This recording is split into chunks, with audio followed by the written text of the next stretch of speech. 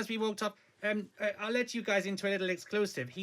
I think he said, one of two things: that either one of his children wanted to vote for me, or that one of his staff might have actually voted for me. But the problem is, Sadiq Khan is quite softly spoken. He's quite short as well, isn't he? Yes, and I'm inside a bin, and both those reasons made it a little bit difficult to hear, so I can't tell you precisely what he said, but he was charming. Well, it's a pleasure to be here, Kathy. Hello, Times Radio listeners. It's lovely to be in the thick of it, not the series. Watch out for the copyright, because I'm sure Armando Iannucci is on your case. Probably. I mean, I've got to say, you're speaking through a bin as we speak, as you were, I mean, almost exactly a week ago. The count for the London mayoral race was in full swing. It was rather tense because of all these rumours flying around on Twitter, on X. Tell us the mood as it was to you there at the time. Well, that's a very good question, because this time last week, of course, they weren't counting the votes. They were just verifying them. Saturday. But everyone thought they were. I think you've made a very good point. And so all these rumours started on social media, like usual, of people saying Susan Hall might have won. Now, I had a problem with that. I had two problems, in fact. My first one is I had no idea who Susan Hall was. Despite the fact you were standing against her, and presumably you had your manifesto and all that. Yes, throughout the entire thing, the Conservative Party candidates campaign completely passed me by, and I still have trouble. In fact, the name's literally gone out of my bin again. I can't remember who it was. But then also the people are saying she'd won. Of course she hasn't won. She was awful. So it was a strange time. But then eventually journalists caught up, did some counting, and realised that Mr. Khan was on for a landslide. Well, talking in terms of counting, you finished in 11th place. I mean, pretty poor, but you got 24,260 votes. I mean, who are these fools voting for you? Well, excuse me, listen, I wasn't expecting a roasting from Times Radio, calling it poor. Listen, that is literally an official record on your planet by an extraterrestrial standing in a first-past-the-post election. And they had changed the rules, I should say that to you as well. But who are these people? Do you know the most fascinating thing that no journalist has yet picked up is in the last mayoral election, I scored 24,000 votes. In this election, despite the change of system, I still scored 24,000 votes. That means there is literally a steady constituency of Binface voters in the capital. And why John Curtis isn't focusing on this, I've got no idea. Well, I mean, have you got 24,000 friends or something who are just very loyal and go out relentlessly to vote for a bin? You might think that, but actually no. It is human beings who have been persuaded by my wonderful, fully costed manifesto. Were any of my opponents offering to build at least one affordable house? No. Was anyone else price capping croissants at £1.10, blaming Rishi and Liz for the extra 10p? No. Was anyone else going to make Phoebe Waller-Bridge the new name of London Bridge, or going to make Claudia Winkleman's Fringe grade 1 listed? No. So you put all this together, and really, my surprise is why you're surprised. Well, and I did particularly like your Phoebe Waller-Bridge policy. I mean, Nick Scanlon, the Britain First candidate, stormed off the stage. Sadiq Khan name-checked you. He said your victory over the far right was another reason to love London. I mean, that's a bit of a win, isn't it? Absolutely. I mean, I've had quite a week. I was about to, fly back off to Sigma 9 because this has been my holiday. I've got all sorts to do back home. But and then Sadiq had the charm to name check me and say how wonderful it was that I'd beaten the fascists. And he did say something to you after the result, didn't he? What did he say? He did. He shook my hand twice, which I was your gloved hand. Indeed, my glove, my gauntlets. Yeah. And as we walked up. I'll let you guys into a little exclusive.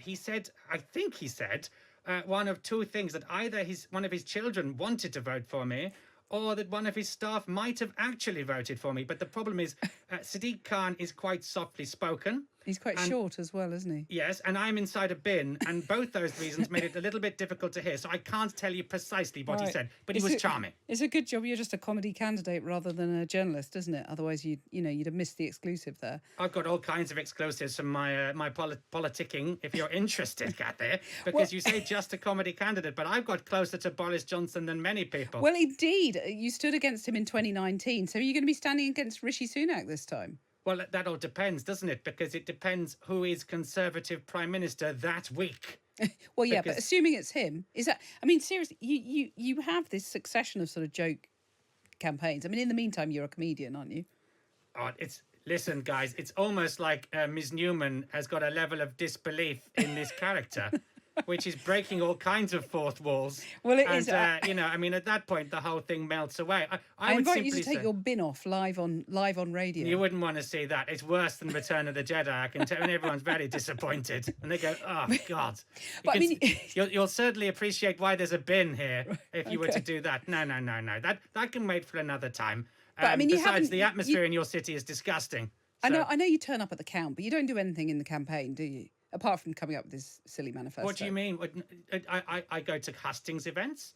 I create videos. I meet the public. What more am I supposed to do? So it's really quite time-consuming. Incite racial hatred like the others? What would you like? I mean, it is quite time-consuming, isn't it, Yes, it is. Caper. Yes, it certainly is. I was looking for another word.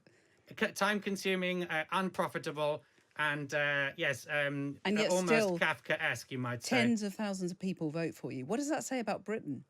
Well, that's a good question. What I think it does is it shows that in 2024, your year, not mine, that still, despite all kinds of privations going on, firstly, the British democratic system, which is fantastic, still allows literally anyone to stand for election, no matter what your platform, no matter how idiotic you get up. I'm not naming names.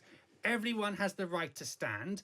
It deserves defending. It deserves celebrating. And I'm telling you, people are voting for me partly out of frustration with the so-called main parties, but also as a way of expressing their joy at the ballot box. And I truly believe that is something that, whether it's at the mayoral election or the general election, the British people cherish and enjoy. And I feel very honoured, humbled and privileged to be a small part of it. So you are going to be standing at the general election somewhere? Well, I mean, I can't say I will. Let's just say, for example, I wanted to stand against Rishi. I could sit against Rishi, to be honest. But either way, I would require the support of the critical mass of citizens from that constituency to help get me on the ballot paper. So I'm not going to turn around to you and say, yes, I will. But I'm honoured to say that I might put my lid in the ring.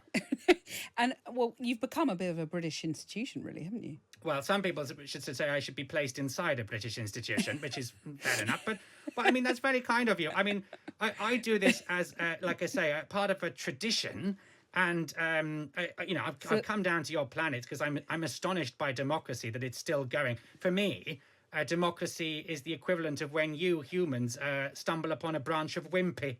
Right. You're sort of surprised it's still going. Well, yeah. It's seen better days. But that's gone bust. But you still fancy a bite, you see. So I like it. Ed Vaizey has wandered into this madness. He's materialised. Yeah, I mean... Lord Edward Vaizey. You've been upstaged quite considerably. Well, it's epic. In fact, I've put out a tweet already giving you full credit for Count Binface. Great. I've been campaigning for this interview all week. My colleague in Parliament, Sir Peter Mannion, has already tweeted that I managed to make...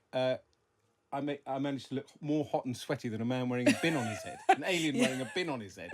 It's quite hot in this studio, actually. So God knows you must be absolutely pouring with sweat under that bin. Well, he's an alien. He probably doesn't sweat. Listen, I shall keep my innocence, but I must say, Lord Vaizey is very sweaty. What's happened, Ed? Why have you been perspiring? Is it because of me? He's been working very hard getting his show on air. What's on it? Does Count, you get your manifesto, that little booklet that comes through for the mayoral elections, your manifesto is in there, isn't it? No, it's not. And I'll tell you why. Because, and I'd have thought a lord of the realm would know this, listeners. You know what? It costs £10,000 to stand for the mayoralty, which I crowdfunded. It costs you another 10 grand to get in the booklet. Is that democratically fair? You might think not. I couldn't possibly comment. I think that's totally unfair. How many signatures do you need to get on the ballot? To get on the ballot, you need 10 from every ballot, 330 names. And I tell you what, guys, that took a lot of time, and you should see my spreadsheet. It's a complete mess. It's so impressive. But I agree with Count Binface. I think he's a very important part of the democratic process. So you wouldn't have this interview in France, and you wouldn't have it in Germany. And that says everything about British democracy. Listen. And I've got a show about retirement villages, a musical on postnatal depression, and to cap it off, Jeremy Wright, the former culture secretary. I think I beat that, guys. Yeah. Sorry, but I've trumped you there.